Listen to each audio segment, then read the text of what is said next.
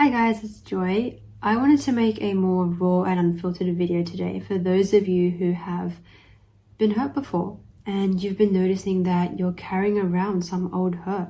You've been carrying around some old pains and you've been holding on to it. You haven't let it go yet. You don't feel ready to let it go maybe, and that's okay. I see you, I hear you, and I acknowledge your pains. But before we get into the video, I want to encourage you to just take this time to come back to your body. Take this time to notice how your body currently feels, if there's tension in your body, if there's any tightness in your body, if there's any anxiety in your body, and where in the body do you feel it the most? The chest, is it the chest, the shoulders, the stomach, the legs, the back? Where in the body do you feel any tension? Do you feel any tightness?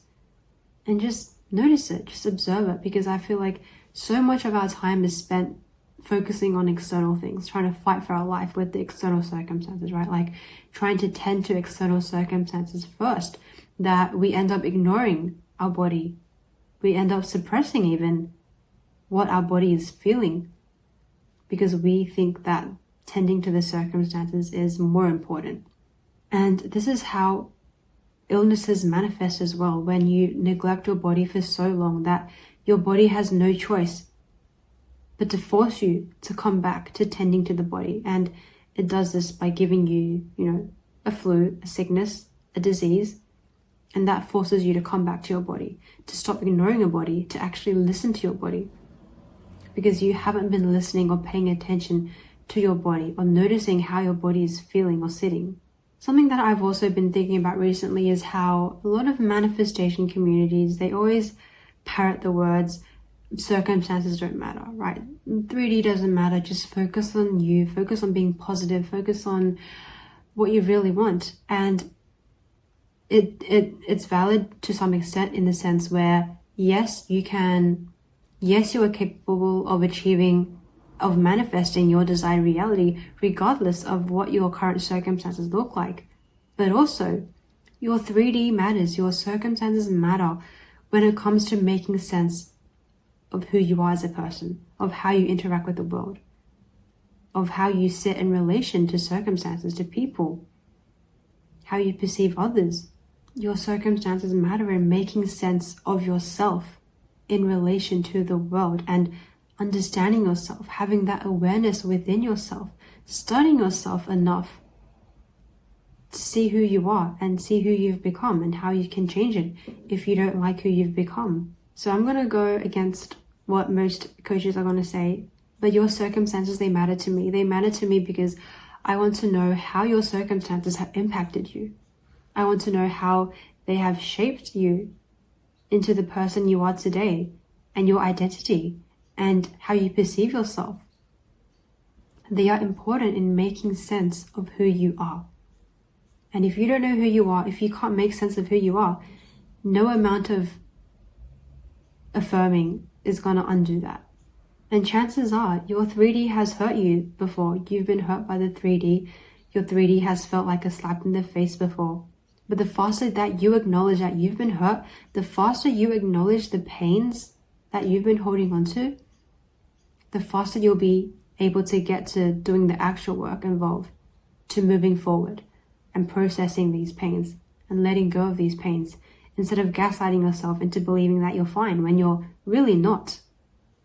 And if you've been running on autopilot for so many months, so many years, if you've been holding on to these pains, these hurts for a long time, then have some compassion for yourself first of all, and realize that you aren't trying to undo years of conditioning here. You are trying to undo years of old programming here. And it isn't fair on yourself to expect yourself to make a 180 snapback change overnight, or even in a week or a couple of weeks. Sometimes it can take more time. And that's not to disempower you, but more so to encourage you to have that patience with yourself. Have that love for yourself. So many times we say things to ourselves that we would never say to a loved one, or to a child, or to a best friend, but we say to ourselves, and that's not okay. This process of letting go is so much easier said than done. I acknowledge that. I acknowledge that on some level, when you've been holding on to pain for so long, it feels addicting. Yeah, it does feel addicting. I completely get it. It feels addicting because this is what's familiar. This is what you've been holding on to for so long. And in that sense, you unconsciously feel like has been protecting you in some way. So remember to focus on not the destination, but the journey as well, the process, and be patient with yourself. Be very patient with yourself. And if you need to get extra support, go get the support you need. Find a therapist, find a coach, find a trusted friend or someone that you can trust and resonate with. And forgive yourself for holding on to the hurt for so long. Forgive yourself for what you need to forgive, to make peace with yourself and to make acceptance for yourself. Because when you are able to forgive yourself and move on and have acceptance, deep acceptance within yourself, that gives you the space to actually focus on the better stuff, the new reality, the new identity that you want to take on. You have the mental capacity now to focus on better, feelings, better states, better identities, better values. So recognize that this hurt, this pain, this anger, this resentment, whatever it is that you've been holding on to and you've been noticing that you've been holding on to, they had a purpose. Yes, they did. They weren't completely useless. They served its purpose in the past in protecting you, because holding on to this way of thinking, holding on to this hurt was your way of protecting yourself, was your way of coping with the circumstance that you were faced with at that particular point in time. And in that sense, they were an adaptation.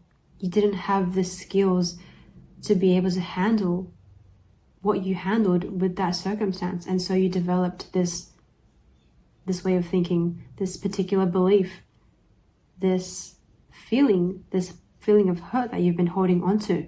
But the thing is, in holding on to this for so long, you've lost track of who you once were. You've lost track of the person that you ultimately want to become. And you've lost yourself in this pain, in this hurt. You've gotten this pain and hurt confused with your identity. I'm just realizing how many times I've said the words pain and hurt, so please bear with me. But I want you to give yourself the permission to stop hurting. Allow yourself to let go. Give yourself the permission to let go. Because if you don't give yourself that permission, if you don't give yourself that space to do so, no amount of 3D manipulation or 3D giving you the circumstances is going to help that. Give yourself the permission to let it go. Let go of the hurt. Give yourself the permission to drop that pain. To allow for you to feel something better. Allow yourself to let go, because if you don't allow it, then nothing else in the external or in someone else will allow it within you. It has to come within first. And most importantly, know that it is safe for you to do so. It is safe for you to let go of these things that you've been carrying around for so long. I've noticed that a lot of the times when people make these types of videos about letting go of this and that, it's like a recipe, right? Like step 1, do this, step 2, do this, step 3, do this. But yes, intellectually, you can know all of this. But most importantly, if you don't feel safe enough to let go, then no amount of knowing what to do is going to help you. You have to first and foremost create that feeling of safety to be able to let these go, and to know that it is actually completely safe for you to let these go, and that there is no more value. There is no more value in holding on to past hurt. Unconsciously, you might still see value in it. You might still think, thinking this way, feeling this way towards a certain person is protecting me, keeping me safe. But really, when you hold on to hurt, the main person you are hurting is yourself. You are hurting yourself by holding on to hurt, if that makes sense. And you deserve better than that. You don't deserve to be holding on to hurt, because that's like holding, fire. You're just hurting yourself, and you want to be holding something that's like you know, like a puppy, or like something that's warm to hold, something that you actually want to hold, something that feels good for you to hold. Not this ball of fire or this ball of thorn, this ball of prickly things that are hurting you.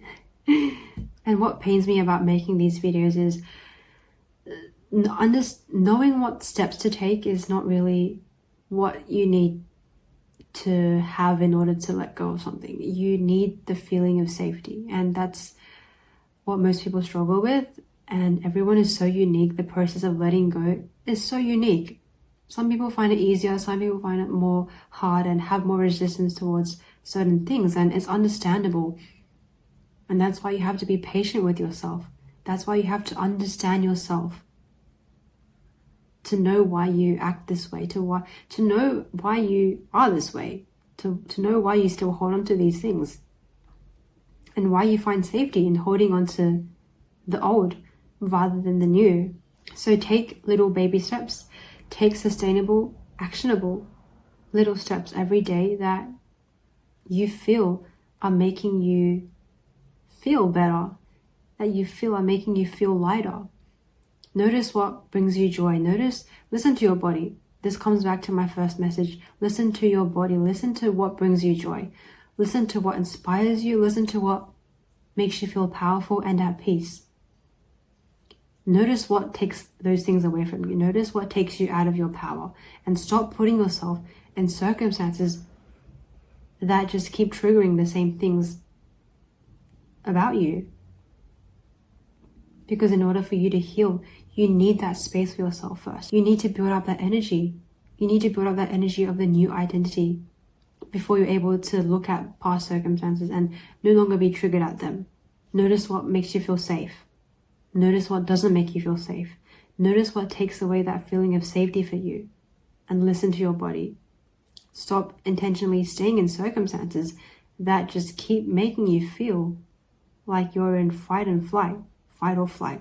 And I want to end this video by giving you guys an analogy that I came up with. It's a very cute analogy, to be honest. But think of yourself as a little bird, and you're a bird that's about to migrate to another country, right? And as you're packing up your stuff, whatever birds have in their nest, their little twigs, their little branches, their favorite food, that bird, you, is trying to pack all of that in their little suitcase, in their big suitcase actually, because that suitcase has to carry all of the things in their old house. Now, what happens when this bird tries to migrate, tries to fly in the sky with this heavy ass suitcase that they have to hold on to? They are obviously going to struggle a lot, right? They're going to take a longer time getting to the destination. They're going to have to take so many breaks just to set that luggage down and take a breather. That's what happens when you try to migrate with the entire old house carried on their back. It's a huge weight that's weighing you down, and if you haven't already caught on, this is very similar to how people are when they're trying to change identities. They're trying to change themselves, but at the same time, they want to hold on to those past coping mechanisms, those past beliefs, those past adaptations, those past hurt and pains that they have once held on to and believed was them. And they aren't ready or willing to let that go yet. And so if you think about it, if you're trying to hold on to all these past beliefs, these past patterns, these past programmings, while at the same time trying to shift into your new desired identity, there's no space. There's simply not enough space. You're going to be compromising. Holding on to these things is what's going to take away from your ability to fully step in and embrace the person that you actually want to be, the freedom, the love, the peace that you want to feel. You're no different from that bird that's trying to migrate while carrying its entire house on its back. So it's time for you to let that go. And that letting go can be as easy as a decision in yourself in saying, no more of this, no more of hurting. I let this go. I refuse to pick up this hurt anymore. I find no more value in it because it brings me no value. It only brings me more suffering, and I deserve better than that. That's what self-love is about. It's not always about doing the things that feel easy. In fact, it can be doing things that largely feel difficult because you have not been used to doing them yet. But you recognize that in the long term, it will be beneficial for you. It will help you out. And it will get you one step closer to where you want to be. I hope you guys enjoyed this video. Let me know if you did. I want you to know that you are not alone. Feel free to chat in the comments if you do feel lonely sometimes. Feel free to reach out for help. And I believe in you. I believe you can make the changes that you want to make if you put your mind to it. And it is so possible for you. You got this. Take care, and I will talk to you guys soon. Bye.